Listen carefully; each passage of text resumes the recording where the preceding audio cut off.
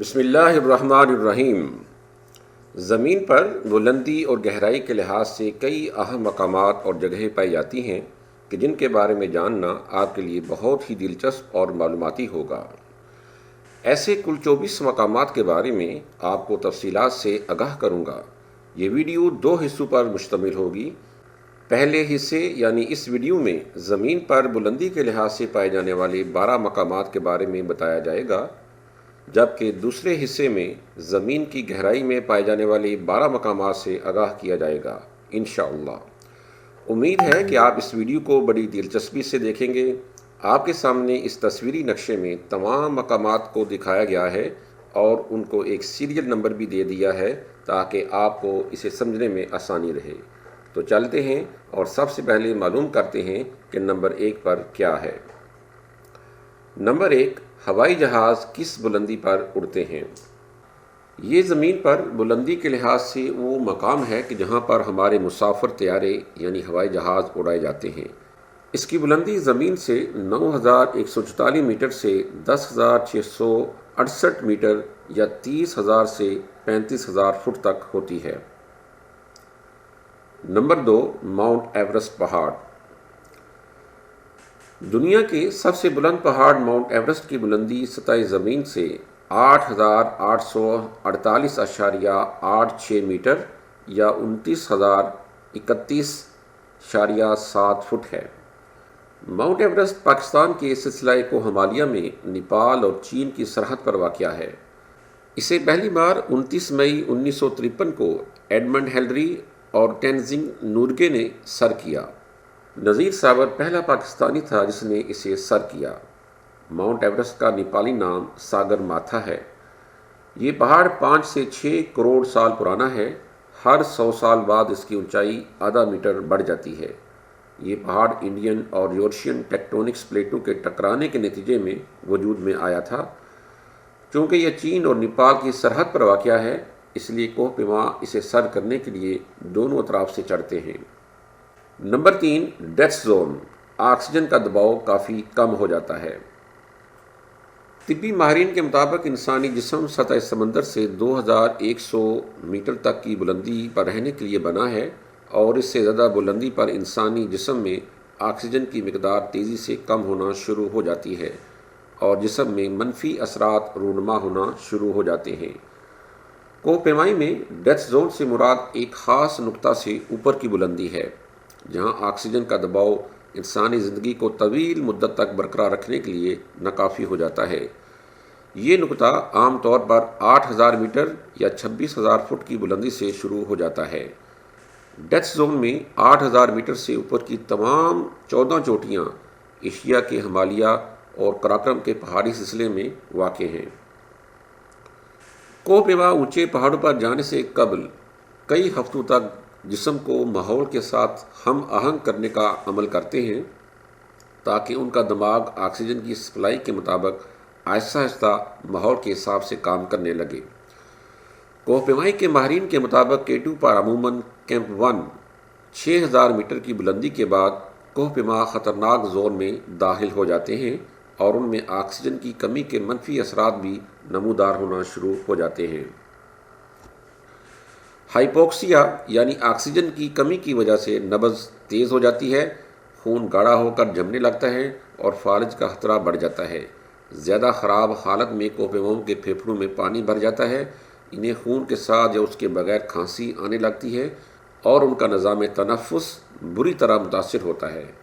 ایسی حالت میں بیشتر کوہ پیماؤں کا دماغ کام کرنا چھوڑ دیتا ہے، ان میں سوچنے سمجھنے کی صلاحیت ختم ہو جاتی ہے، انہیں عجیب ہذیانی خیالات آتے ہیں۔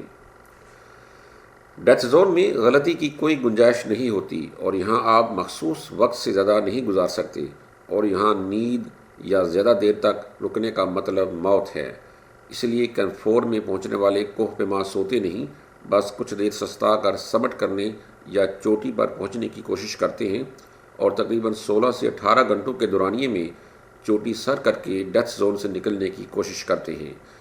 کوہ پیما ڈیتھ زون میں اضافی آکسیجن کے بغیر زیادہ سے زیادہ 16 سے 20 گھنٹے زندہ رہ سکتے ہیں۔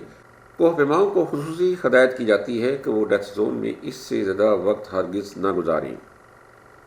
نمبر 4، دنیا کا سب سے بلند غیر فعال آتش فشاں اوجس ڈی سلاڈو۔ یہ دنیا کے سب سے بڑے پہاڑی سلسلے انڈس میں اس جگہ پایا جاتا ہے کہ جہاں ارجنٹینا اور چلی کی سرحدیں آپس میں ملتی ہیں۔ یہ چلی کی سب سے بلند چوٹی بھی ہے۔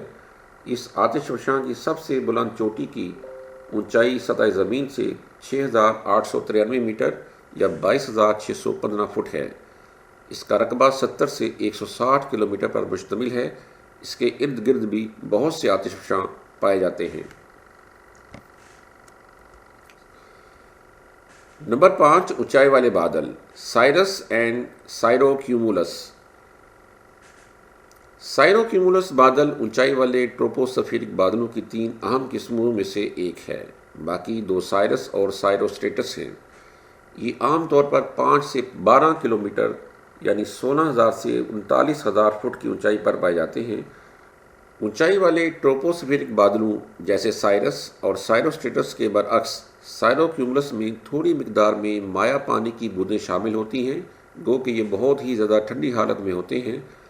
اس بادل میں آئس کرسٹل اہم جزو ہیں اور عام طور پر یہ برف کے کرسٹل بادل میں پانی کے ٹھنڈے قطروں کو تیزی سے جمنے کا باعث بنتے ہیں، جس سے سائروکیومولس بادل سائروسٹریٹس میں تبدیل ہو جاتا ہے۔ اس عمل کے دوران دھند اور برف باری کی کیفیت بھی پیدا ہو سکتی ہے۔ اس طرح سائروکیومولس بادل عام طور پر قلیل المدت ہوتے ہیں۔ نمبر 6، دنیا کا سب سے بلندی پر واقع ایک بڑا گاؤں لا رینکوناڈا پیرو۔ یہ دنیا کا سب سے بلندی پر واقع ایک بڑا گاؤں ہے۔ یہ سطح سمندر سے 5,100 میٹر یعنی 16,700 فٹ اونچا ہے۔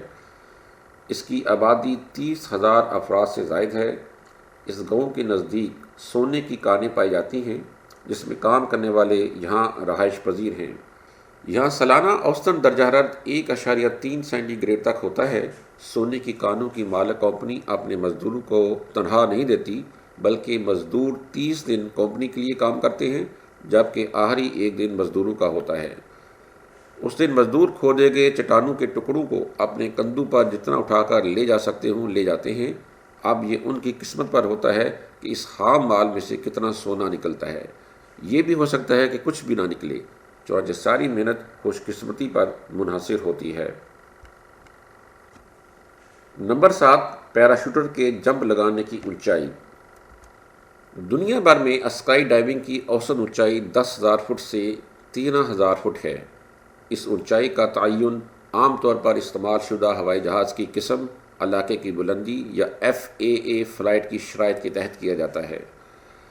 اسکائی ڈائیونگ آپریٹرز کی اکثریت آزمودہ سیسنا 182 طیارہ ہی اڑاتی ہے۔ یہ اسکائی ڈائیونگ کی ریڑھ کی ہڈی ہے کیونکہ یہ ایک قابل اعتماد اور دوسرے طیاروں کی نسبت سستا پڑتا ہے۔ 15,000 فٹ سے اوپر سے اسکائی ڈائیونگ کے لیے آکسیجن سلنڈر کے استعمال کی ضرورت ہوتی ہے، جس سے ایک تو اسکائی ڈائیو کی لاگت میں اضافہ ہوتا ہے اور دوسرا خطرے کی مقدار میں بھی اضافہ ہوتا ہے، کیونکہ اس سے ہائی پوکسک یعنی آکسیجن کے دباؤ کی کمی کی وجہ سے ہونے والی بیماری کے ہونے کے امکانات بھی بڑھ جاتے ہیں۔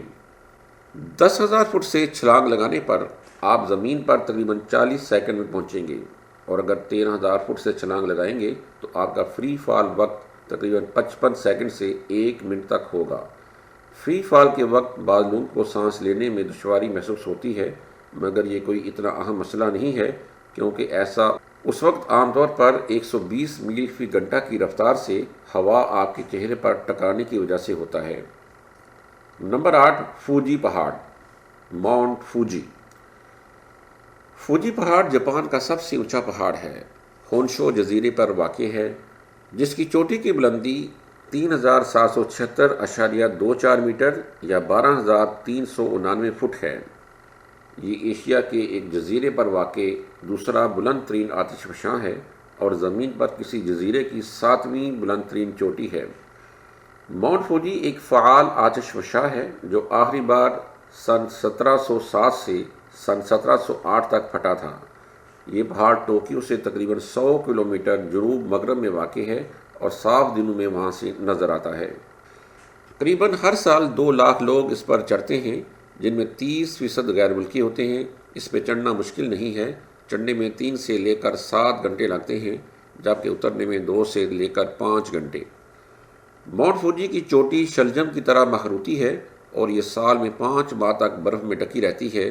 یہ عام طور پر جاپان کے ثقافتی نشانی کے طور پر استعمال ہوتا ہے اور اسے اکثر آرٹ اور فوٹوگرافی میں دکھایا جاتا ہے۔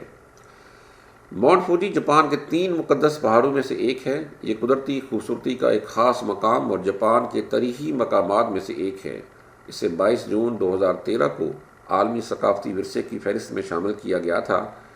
یونیسکو کے مطابق ماؤنٹ فوجی نے فنکاروں اور شاعروں کو متاثر کیا ہے اور صدیوں سے سیاحوں کی توجہ کا مرکز رہا ہے۔ نمبر 9، برطانیہ کا سب سے اونچا پہاڑ بین نیویس۔ بین نیویس اسکاٹ لینڈ، برطانیہ اور برطانوی جزائر کا بلند ترین پہاڑ ہے۔ اس کی چوٹی سطح سمندر سے 4411 فٹ یا 1345 میٹر بلندی پر ہے اور 459 میل یا 739 کلومیٹر تک کسی بھی سمت میں سب سے اونچی جگہ ہے۔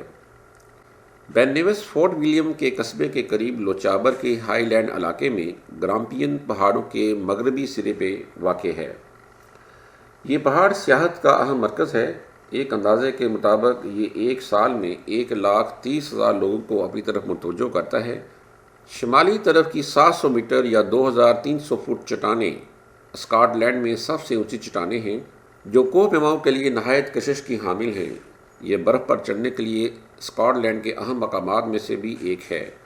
چوٹی، جو کہ قدیم آتش فشاں کا منہدم گنبد ہے، اس میں ایک آبزرویٹری کے کھنڈرات پائے جاتے ہیں جس میں سن 1883 اور سن 1904 کے درمیان مسلسل عملہ تعینات رہا تھا۔ اس عرصے کے دوران جمع کیا گیا موسمیاتی ڈیٹا اسکاٹش پہاڑی موسم کو سمجھنے کے لیے اب بھی اہم ہے۔ نمبر 10، دبئی کا ٹاور برج الخلیفہ۔ برج خلیفہ متحدہ عرب امارات کے شہر دبئی میں واقع ہے۔ برج خلیفہ کی تعمیر کا آغاز 21 ستمبر 2004 کو برج دبئی کے نام سے ہوا۔ عمارت کے ماہر تعمیرات اینڈریان اسمتھ ہیں۔ برج خلیفہ کی کل بلندی 828 میٹر ہے جبکہ اس کی کل منزلیں 162 ہیں۔ اس طرح یہ دنیا میں سب سے زیادہ منزلوں کی حامل عمارت بھی ہے۔ برج خلیفہ دنیا کی وہ بلند ترین عمارت ہے جس نے 4 جنوری 2010 کو تکمیل کے بعد تائیوان کی تائپے 101 کو پیچھے چھوڑ دیا۔ یہ انسان کی تعمیر کردہ تاریخ کی بلند ترین عمارت ہے۔ اس عمارت کو افتتاح کے موقع پر متحدہ عرب امارات کے صدر شیخ خلیفہ بن زائد آل نہیان کے نام سے موسوم کیا گیا۔ برج خلیفہ میں دنیا کی تیز ترین لفٹ بھی نصب کی گئی ہے جو 18 میٹر فی سیکنڈ یعنی 65 کلومیٹر فی گھنٹہ کی رفتار سے سفر کرتی ہے۔ اس سے پہلے دنیا کی تیز ترین لفٹ تائپے 101 میں نصب تھی جو 16.83 میٹر فی سیکنڈ یا 60.6 کلومیٹر فی گھنٹہ کی رفتار سے چلتی ہے۔ پورے عمارتی منصوبہ میں 30,000 رہائشی مکانات، 9 ہوٹل، 6 ایکڑ باغات، 19 رہائشی ٹاور اور برج خلیفہ جھیل بھی شامل ہے۔ اس کی تعمیر پر 8 ارب ڈالرز کی لاگت آئی۔